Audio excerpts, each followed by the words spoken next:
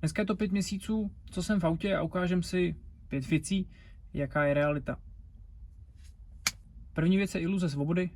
Ta vize svobody, kdy jsem se těšil každý ráno vlastně na jiný výhled, trošku časem opadla. Ve výsledku je člověk trochu unavený z toho furt objevovat nějaký nový místa a tím, že jsem vázaný vlastně být furt na jednom místě v rámci nějakých 3 dnů v týdnu, tak jsem přepnul trošku do té praktičnosti, kdy po ránu člověk chce vlastně vyvětrat auto, udělat snídani a jít dělat něco do práce. Takže na to rozjímání po ránu není úplně prostor, ale myslel jsem, že to budu dohánět přes víkendy. Přes víkendy se dělá na autě, protože auto fakt není furt v úplně jako skvělém stavu, takže přes víkendy se zase dělá jako na autě, takže to výhledy taky úplně nejsou.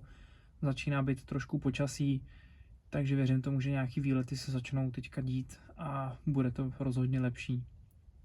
Chápu, ne každý to takhle má, ne každý je vázaný na jedno místo. Já v tuhle tu chvíli po dobu těch 3 dnů v týdnu, 4 to tak mám, takže jezdím na to stejné místo, kde už to člověk zná, má tu jistotu, klid a řeší tu praktičnost, ať to trošku odlehčí té hlavě. S tou hlavou se přesouváme vlastně k druhému bodu a to je vůbec celkově jako hlava, to myšlení v tomhle, kdy čím víc jsem sám, tím víc si uvědomuju, jak jsou vlastně sociální vazby pro ten život důležitý. Přišlo mi, že být sám a vystačit si vlastně sám se sebou je úplně bez problémů. Ta realita je trošku jiná. Mít někoho, s kým můžete sdílet vlastně ty běžné věci, radosti, úspěchy, ale i starosti, to je něco, co se jako těžko popisuje, ten pocit, který vám pak vlastně začne chybět. Být sám se sebou od všech, koho vlastně znáte, je poměrně náročný. Na první dobrou jsem si myslel, že to bude jako v pohodě, že mám rád čas sám pro sebe, ale ve chvíli, kdy člověk tráví takovýhle množství času fakt jako sám, zavřenej, bez televize, bez všech těch věcí, co člověku berou tu pozornost, tak člověk najednou začne být mnohem více svojí hlavou a spoustu věcí si uvědomí. A dost často to jsou věci, které nejsou úplně jako jednoduché na to přemýšlení, takže po té stránce hlavy mi to za těch 5 měsíců fakt hodně dalo. Těch 5 měsíců mi ukázalo, že jsem na to fakt nebyl ready, respektive být sám se sebou jsem úplně nezvládal, takže se to vlastně teďka jako učím, ještě za podpory jako psycholožky, ke který docházím, v sobě člověk otevírá jako témata, na kterýma je v tom autě fakt dost prostoru přemýšlet a člověk si jako úplně člověk si úplně jinak začne vážit některých věcí, začne vnímat spoustu věcí jinak, protože člověk fakt taky řeší, kde přespí, kde si nakoupí nějaké jako jídlo a tak dál. A takový ty běžnosti člověk vlastně vypustí a začne řešit zase úplně jiné věci. Vlastně naučit se být sám se sebou je jako obrovská proměna. Na první dobrou se to může zdát jako maličkost, ale jakmile si člověk zvykne být trochu i jako sám, tak ten kontakt mnohem víc člověk vyhledává v tomhletom. Třetí věc, tak je minimalismus. Je to ohledně One Lifeu takový hodně často řešený téma. Když to shrnu jako po svým, vlastně když jsem se stěhoval do auta, tak jsem si fakt zbalil veškeré věci do 2 tašek. Takže jsem zjistil, že ten minimalismus už jsem vlastně dělal ještě předtím, než jsem šel do auta.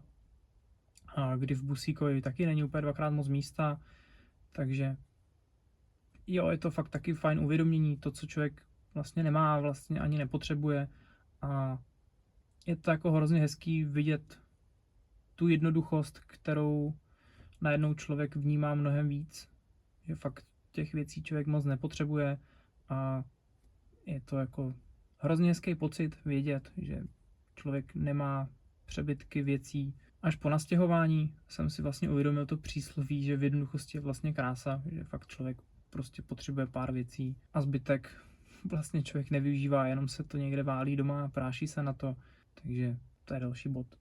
4. bod je fyzická proměna. Tím, že v autě vlastně nemám v tuto chvíli žádný zateplení a po 2 měsících mě vypověděla službu baterka, protože už v autě byla poměrně dlouho, co mám kempovací, tak ta fyzická proměna, kdy člověk se naučí spát v minusových teplotách, mě taky jako hodně dala ve chvíli, kdy pak spím někde doma nebo u kámoše na hotelu, tak já potřebuji furt větrat. Člověk si strašně zvyknul na ten chlad, na to spaní, že se člověku mnohem líp spalo.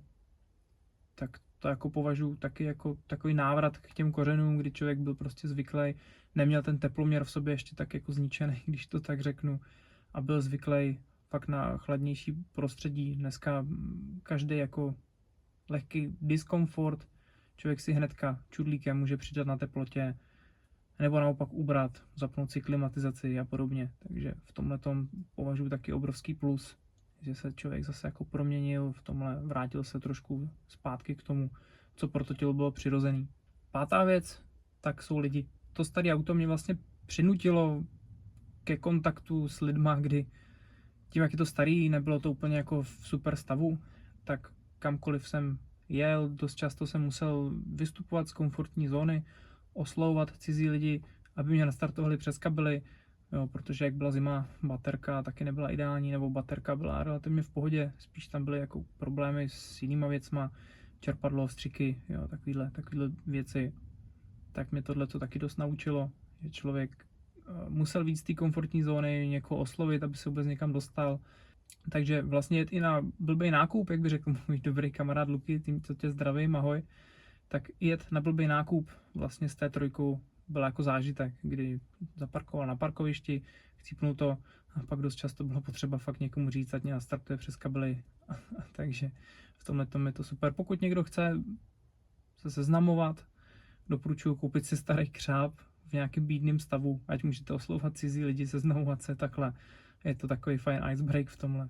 Těch 5 měsíců mě změnilo víc, než jsem čekal. Některé věci jsem ještě ani nezačal řešit. A na závěr taková myšlenka, jestli máte nějakého kamaráda, který zrovna řeší nějaké problémy, nebo si prochází nějakým takovým horším obdobím, zavolejte mu nebo mu napište, jestli nechce s něčím pomoct. Dost pravděpodobně řekne, že ne, ale uvnitř bude hrozně rád za to, že na něho vlastně myslíte. Ucítí tu podporu a hrozně ho to jako zahřeje u srdíčka, že kolem sebe má ty správný lidi, co na něho myslí a vidějí to, že se třeba zrovna trápí. Každý v sobě nosí nějaké jako špatné věci, ne každý o tom mluví, takže dívejte se kolem sebe, pomáhejte si a těšte se na další video.